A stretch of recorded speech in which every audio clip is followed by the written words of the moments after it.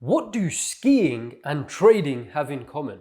On the surface, not very much, but on my recent skiing trip in the Alps, something became abundantly clear to me. Now, welcome to this trading video, ladies and gentlemen. We have some live professional trading analysis coming up where you're going to watch me take $1,000 out of the market fairly rapidly. However, before we get into the details of how you can also trade like a professional, I want to talk a little bit about the mindset required to succeed as a high-level trader. To do that, let's go on a ski trip together. Now, over the past couple of weeks, I've been traveling with my wife throughout Switzerland and France. However, it was last week when I decided to get on the ski slopes for a week of skiing that some similarities to how I began my professional trading career became clear to me. Now, I've only ever skied once before about 15 years ago, so I'm pretty much a complete beginner. However, I set myself a challenge of seeing just how far I could push myself in terms of the different colored ski runs, with green being the most basic all the way to black being the most advanced runs in Europe. In the end, I managed to work my way over a week from the nursery slope to green, to blue, to red,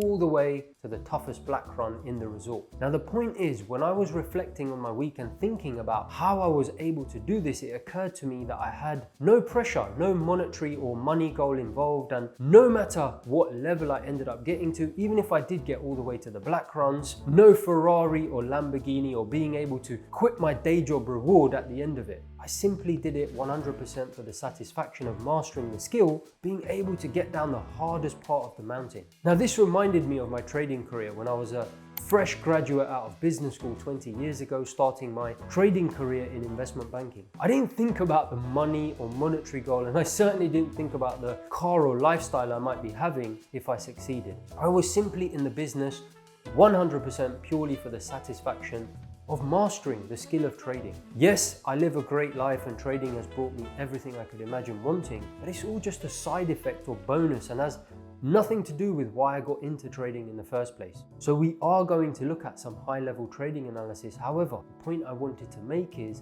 you can see the similarities between achieving any sort of goal in life being something seemingly so unrelated to trading, such as skiing to a high level, and trading itself. I really think 99% of those that get into trading and therefore fail because they do it for the wrong reasons. Everyone I see nowadays on social media or the internet is thinking of the money or lifestyle or car they might be able to buy if they succeed, but by doing this, they are doomed because they're simply putting too much pressure on themselves, and anytime a hurdle comes up, they will get frustrated that they are not achieving those material things. Whereas if you get into this for the right reasons, purely for the achievement or satisfaction of mastering the skill of trading, and you're not that bothered about the material things that may or may not come out of it, when you do come across a hurdle, which, let's be honest, you'll come across many, you won't get frustrated, you'll take it in your stride, smile, and move forward. Then ironically, all the benefits that we of course all want to have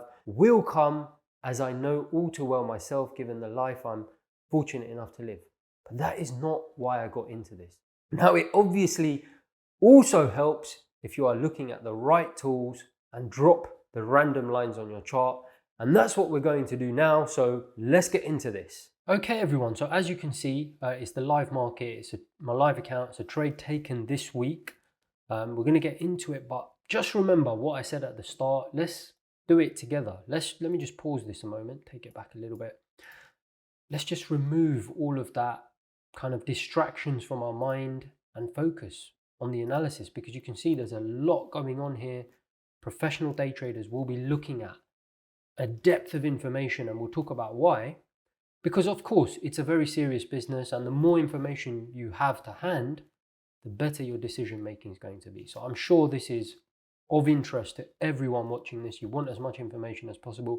We're going to go into it, not necessarily in as much detail in one video, obviously, as I would like, but that's intentional, okay? Don't worry too much. I don't want you to be overwhelmed.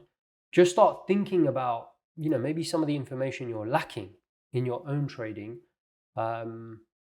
And that's all you need to think about at this stage. Obviously, when any professional day trader is starting out, a lot of this stuff that you see here is going to be overwhelming to anyone, okay? But over time, it becomes so crystal clear, and it's almost a relief that, oh, okay, I'm so happy that I have this information, because Maybe some of the things you were looking at before, it was like 10% of the information, and you'll go back and wonder how you ever even made a trading decision. So look, end of the day, let's just make a start here. I've paused it slightly because I want to really think about what the market's been doing recently. So if we set the backdrop, we've got the ISM data released this week, which just came out just after this trade. So obviously this was in my mind. It's been quite weak recently. The ISM manufacturing, we all know manufacturing sectors not been performing as positively as one would like. However, that's not important. What's important is,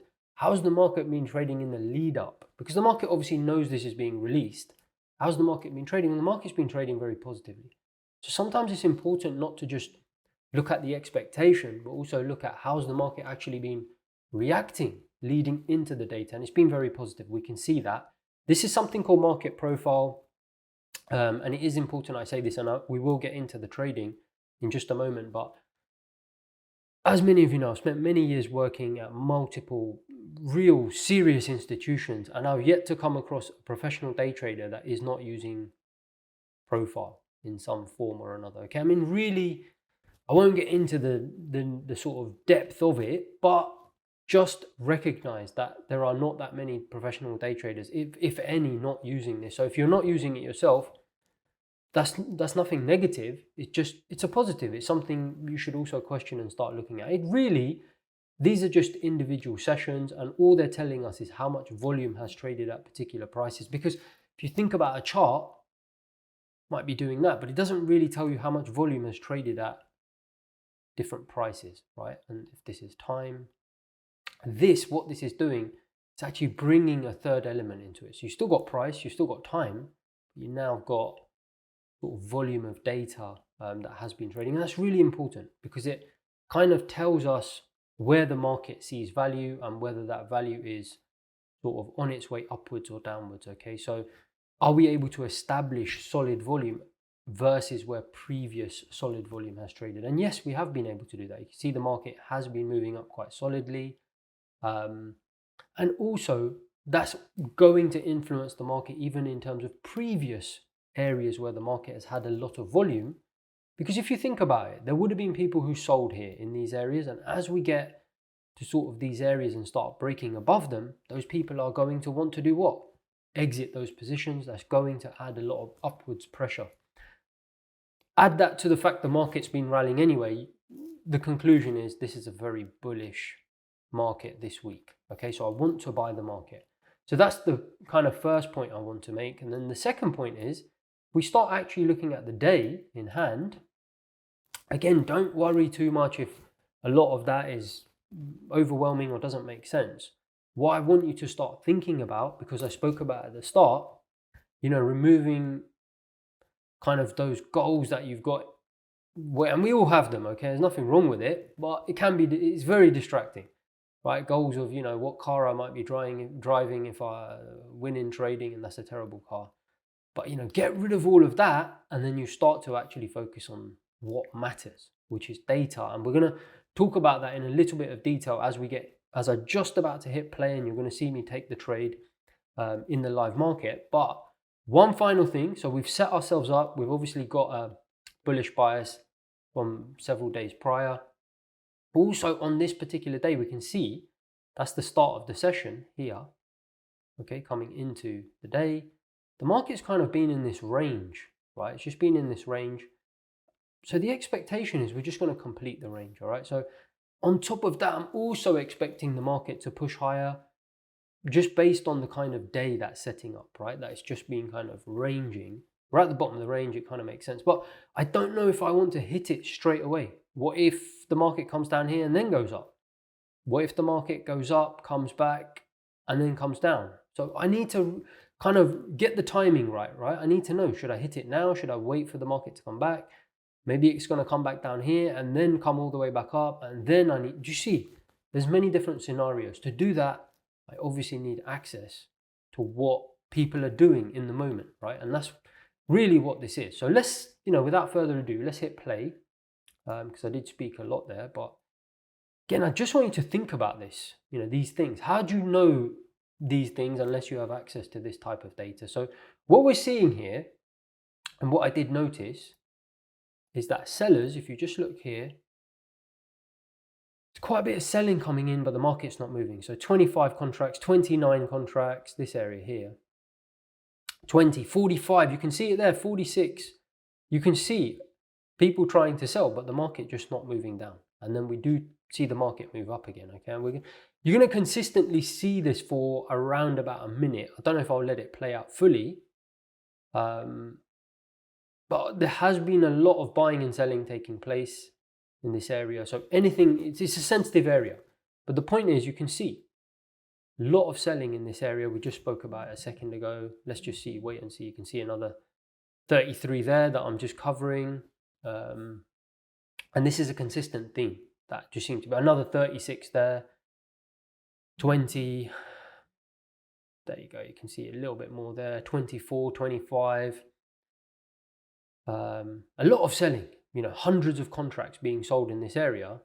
But what's happening? Nothing. The market is not able to move down. So you can see there, that's giving me some crucial information, and I've taken a long position. Because what I'm then seeing on top of that, firstly, I'm not seeing the sellers able to make any traction even though they're selling. I'm then seeing all this buying coming in, and the buyers are able to push the market up. And I'm looking to buy anyway. But what does that tell me? That it's probably, obviously not guaranteed, but it's probably a good time for me to get into the market at this moment and not wait. Right? Because end of the day, if the sellers are there are sellers there, but they're not able to take the market down, why would I wait for the market to go down? It's telling me the market doesn't want to go down, right? And this is one final point I want to make, and it's really important. Why access to data is really crucial for your trading, right? And again, why you need to forget about all these lofty goals you might have, because they're just distracting you. You can get all of that stuff, but you really need to focus on the task at hand, which is, are you actually looking at the right things? So let me just prove it to you. Let's say you set up a business, right? And it's quite random. Maybe you're in the cake business, okay? And someone is selling cakes to you, okay? And they sell it at kind of $1. Or there's someone who's sold cakes on for $1, right? To someone else. They've agreed to sell cakes, right? So essentially they're on this side of the market, right? So we saw that. They're selling, right? But they need to do what? They need to buy to meet that kind of obligation that they now have, right? So they've agreed to sell cakes to someone else for $1, right?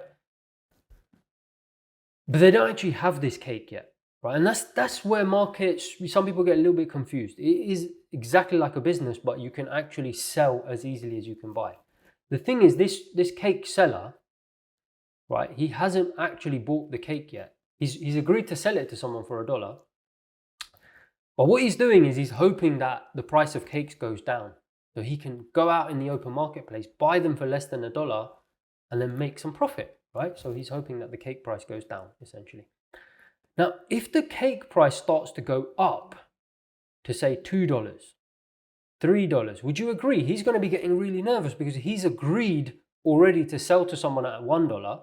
As the price of cake starts going up, he's going to be losing money. He's going to start getting desperate, and he's going to do what? He's going to start having to buy at this price, because if he doesn't buy at $2, $3, it might go to $4, it might go to $5. That is exactly what is going on here, okay? When you're a professional day trader, the difference is you have access to the information that's telling you that someone has agreed to make that sale at $1. Think about here, you do not have access to that information, so you don't realize if this seller is under pressure or not. Here, I saw people doing what? Sorry, I know it's a little bit messy. Constantly agreeing to sell cakes, but the market's not moving down, right? So they can't then go and buy that cake at a cheaper price to deliver at $1. They're going to be losing money as this goes up, right? So this is a big problem for them. So that is why, I know it's a bit long-winded, I did just want to play the charts. You need to really start thinking about why access to this positioning information is absolutely everything, okay? Because otherwise, you have no business if you are just looking at the plain market, okay? And it's not just me that realizes this, it's everyone that is professional day trading. They'll also be watching the same information as me. It might take a little bit of time for it to dawn on all of these sellers that, you know, they're on the wrong side of the market, but eventually when it does, everyone will start piling in, and that's what you see here. You can see a lot of these sellers starting to get very, very nervous, and the market just push up. Obviously, with the ISM we talked about being released this morning, it was at 10 o'clock, so around there. I wanted to just scale off just before the data came out, and then hoping to just kind of get to the highs. Of course, I'm not saying it can't go further, it could, but there's data coming out, adds a little bit of random noise into things, so you just have a little bit of an unknown there. So it could go either way. You know, I don't know, I don't want to take a chance with that, so that's the final target. No guarantee it will reach that on this occasion, as you'll see. A lot of sellers getting trapped, so it did kind of pop up there. And I think a lot of that was because the ISM people were expecting it to be weak. So there was obviously this kind of short squeeze going on where people were being caught out by that, right? The obvious trade was to get short because the data was kind of expected to be weak. It was too obvious. So obviously market makers, professional day traders taking advantage of that, pushing the market against those type of people who kind of follow the crowd. So we saw that happening, and then the market moved up. So that's basically quite a quick $1,000 there that you see here. Okay, as I said at the start of the video, and then we'll just see very quickly what happened after the data just got released. The market just kind of fell off a little bit. To be fair, eventually it did kind of still have that bullish tone to it, but hopefully, to wrap up, that gave you something completely different to maybe even some of my own videos, or definitely to what you might be used to seeing in the retail space, where, you know, I've said it enough times, but it's just so random. I don't even know what half of this stuff people are looking at, and, you know, all these little retracement things, and it's just all silly, okay? Because a retracement is not going to tell you, as I said, if you're in the cake business, the pressure that other sellers or buyers are under. The only way you're going to know that is by having access to the right information, and that means looking deeper, looking at volume. And it also means, as I said at the start of the video, just removing some of those unnecessary pressures you're putting into your mind in terms of, you know, it's realistic, some of the goals that you may have, but, you know, it's not helping you by constantly having them in your mind, right? Get into the business for the right reasons. And by looking at the right stuff, that's also going to help you, because it's also going to make you more interested in this business. Right? When you start seeing that there's a whole world out there of information you can actually focus on and learn about, it starts to become very interesting, right? And your interest shifts towards the trading and away from actually, you know, these distracting things that are out there. So enough said. See you next time. Now, hopefully you found that useful. Check out this video for more institutional level analysis. The only way to move forward if you're serious about this business.